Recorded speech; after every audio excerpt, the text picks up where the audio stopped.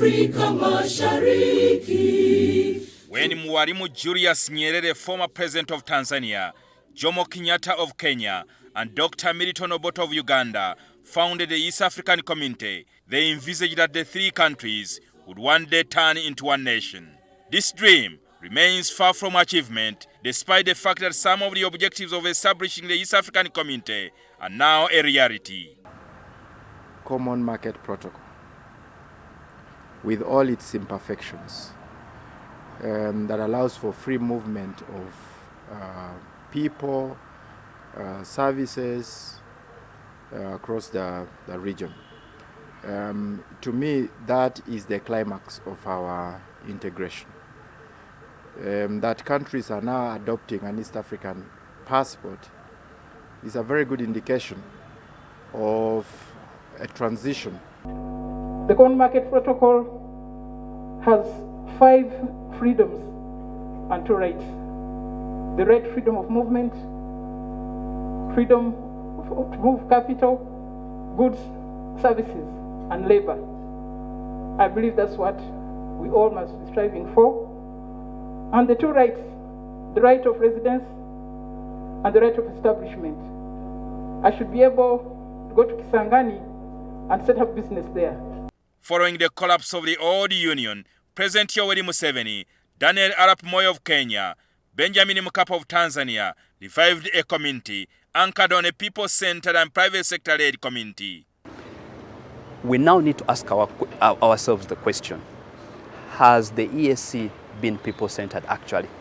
Or have the elites or the politicians captured the EAC? These are the questions that we must start to interrogate. The more buyers you have, the better. So this is the logic. This is the logic of integration. We have no other way if we want to, unless we want to be like Latin America, which live next to the United States, but because of the way they are organized, they are living in misery. Our greatest strength is without doubt our unity. And when we come together, nothing is truly impossible for us to achieve. We have seen some of the countries allow, for example, Ugandans to practice in Kenya. But we have also seen challenges. For example, most recently, where we've had Burundi and Rwandese lawyers not being allowed to practice in Kenya. Those are the sort of setbacks in terms of the legal profession. According to various assessments on the status of regional economic integration in Africa, EAC is ranked the best performing regional economic community.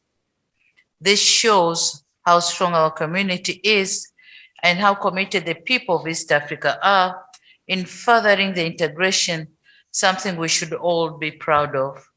Secretariat has done a few milestone. 1, structured engagement with the private sector. So we have started a structured engagement by creating a technical working group with the EAC and private sector associations in different partner states. And this has worked well to resolve and see how to increase the intra-EAC trade. What used to be 3 countries has since grown to 6 partner states: Uganda, Kenya, Tanzania, Rwanda, Burundi and South Sudan. They will soon be joined by the Democratic Republic of Congo to make 7 states, bring together a market of nearly 250 million people. You know, there is the market potential, but I've always said that the market potential has got to be qualified, because 90 million poor people, even added to another 160 million poor people, will never make them rich. But in terms of creating a regional gravitas, it is very important that we have a country like DRC with its huge potential. As the East African Society, we applaud the entry of DRC into the community. That said, we must start to ask ourselves certain questions. If you allow DRC to come in, and yet you still have border closures between Rwanda and Uganda, what message are we sending to people who are willing to come into the East African community? These are things that the political leadership must start to address.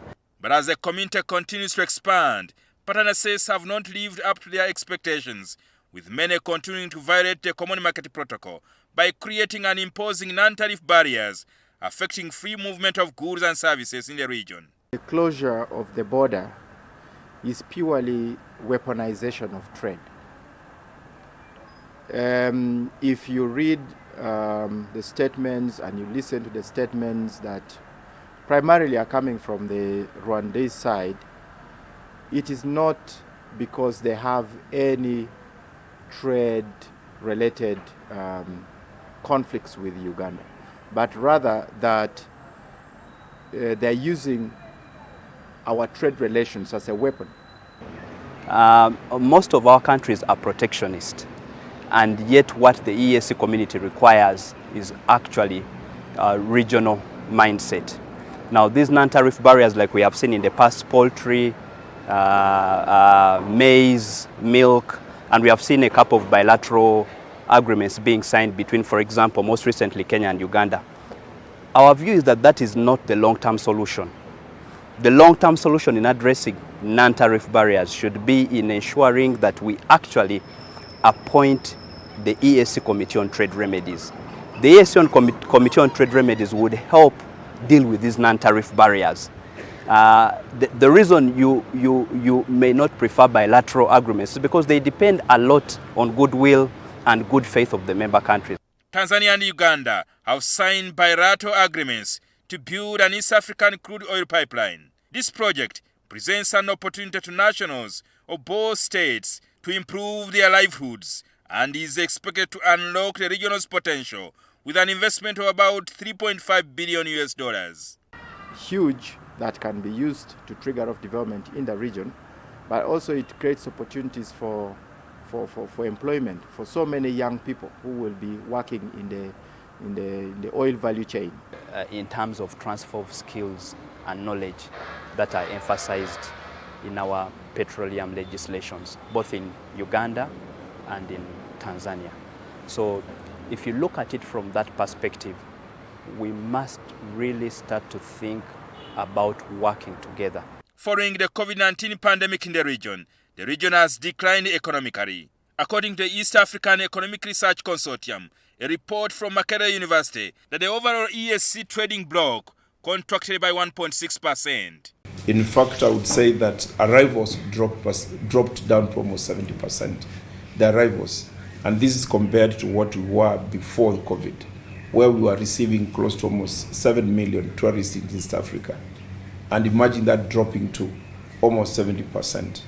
And in terms of actual cash that we lost almost 92%. Despite this stark evidence, analysts are concerned that the region has not been united in its COVID-19 response. My biggest disappointment has been that we are not pulling in the same direction in terms of policy, in terms of resource investment, in terms of our priorities when it comes to dealing with COVID-19.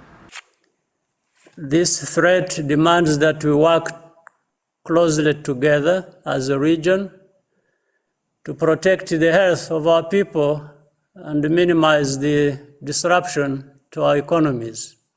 Travel within the region has been a big challenge for the cross-border traders and EAC citizens due to multiple testing at varying costs. To this, the Secretariat has developed an EAC pass, and the EAC pass will be able to make it easier for citizens to travel, because once you are tested from one partner state, that is able to be reflected in other partner states, and you don't have to keep on retesting. According to the EAC treaty, regional laws passed by the East African Legislative Assembly supersedes national laws. However, many of these laws passed by the Assembly are either gathering dust without being consented to by the heads of state, while others are yet to be domesticated. A lot of the laws in these member countries are not yet harmonized, and they'll always provide provisos. For instance, a law will say subject to what the partner state provides, for example, in its labor law. That becomes a limitation. So increasingly, on the legal side, we need to see our national laws being aligned to our treaty obligations. The treaty also provides that member states must adhere to the principle of human rights and good governance. However, this fundamental principle is perhaps on paper rather than in practice in some of the partner states. One observer has noted that there is a democratic recession, and we are seeing increasing violations of rule of law.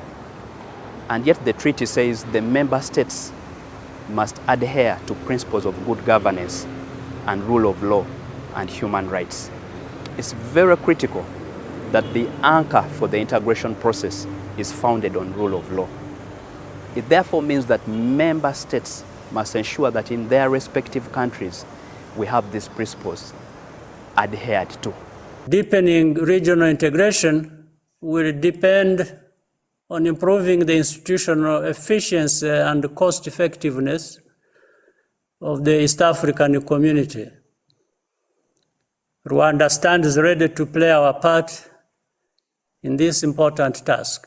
The framers of the EAC Treaty established the East African Court of Justice as one of the organs of the community, headed by a judge-president. However, the regional court lacks jurisdiction on matters of human rights, but this has not deterred the court from deciding cases. Whenever there is a violation of the treaty, on Article 6D or Article 7.2 of the treaty, regarding the fundamental principles and the operation of principles, so the court never closed the eyes on those matters. I think that argument is here and there, because if we look at the past 15 years of the East African Court of Justice, most of the decisions have been actually on rule of law and good governance.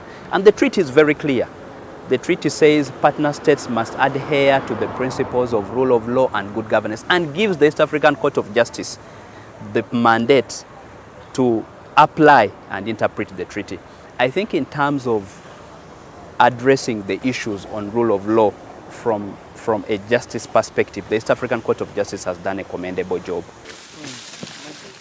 On security, the region has signed protocols on peace and security, cooperation in defense affairs, and combating illicit drug trafficking and combating terrorism, among others.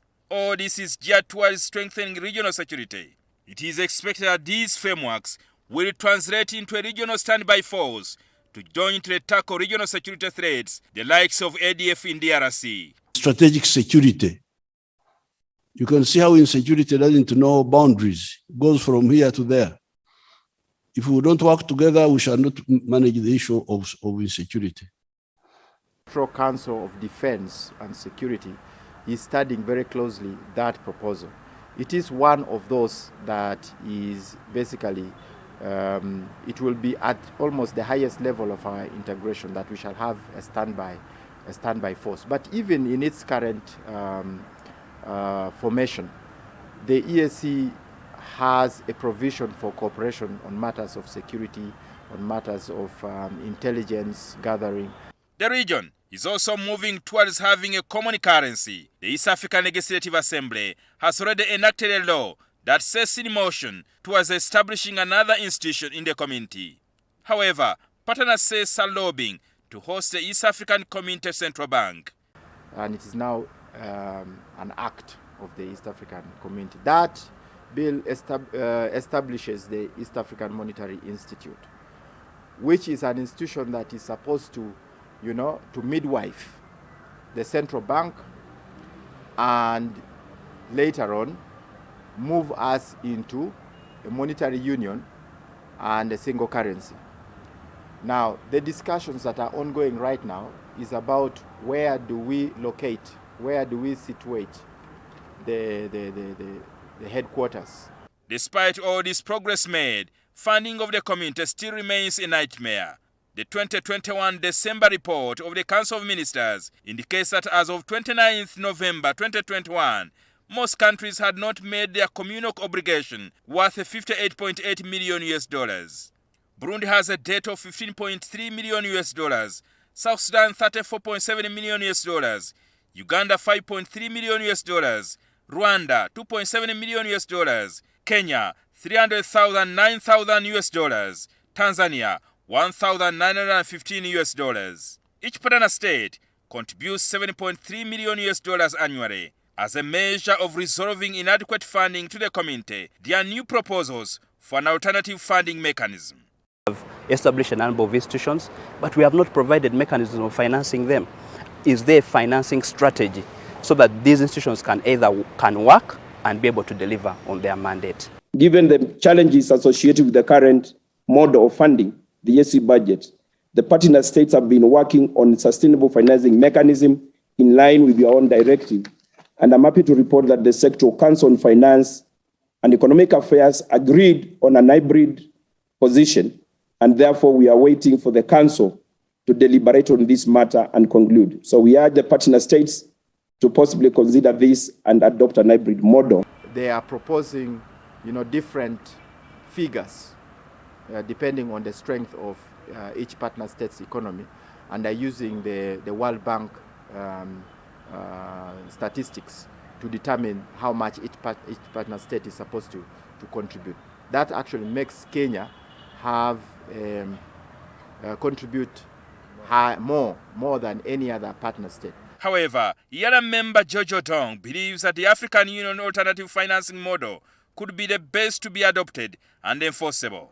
There is that small percentage of tax that is tagged on that non-essential commodity, and that money would go directly into financing of the community. That way, it is neutral. It is neutral. It is partner state neutral, in the sense that if you import more non-essential commodities, you will still pay more. If you import less, that is it. But that would help the community to generate sufficient revenue to run the activities of the community. But as it is right now, I think that model is going still to face a lot of challenges. I'm even told that even in its current proposal, the partner states and the Council of Ministers are still stuck. They haven't made a breakthrough in agreeing whether that is the best alternative financing model. With the general elections nearing in Kenya, the big brother of the region, the anticipated peaceful transfer of power and leadership is something to watch out for in 2022. The stability of Kenya is very important for the community, just like the stability of any partner state.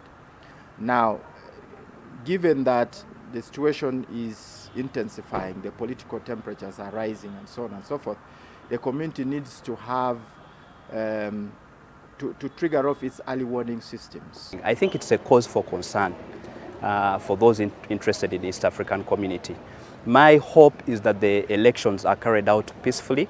I mean, most recently we have seen people fighting in parliament at this point in time. That doesn't show good signs in terms of what is going to happen in the future. Jjingo Francis, NTV.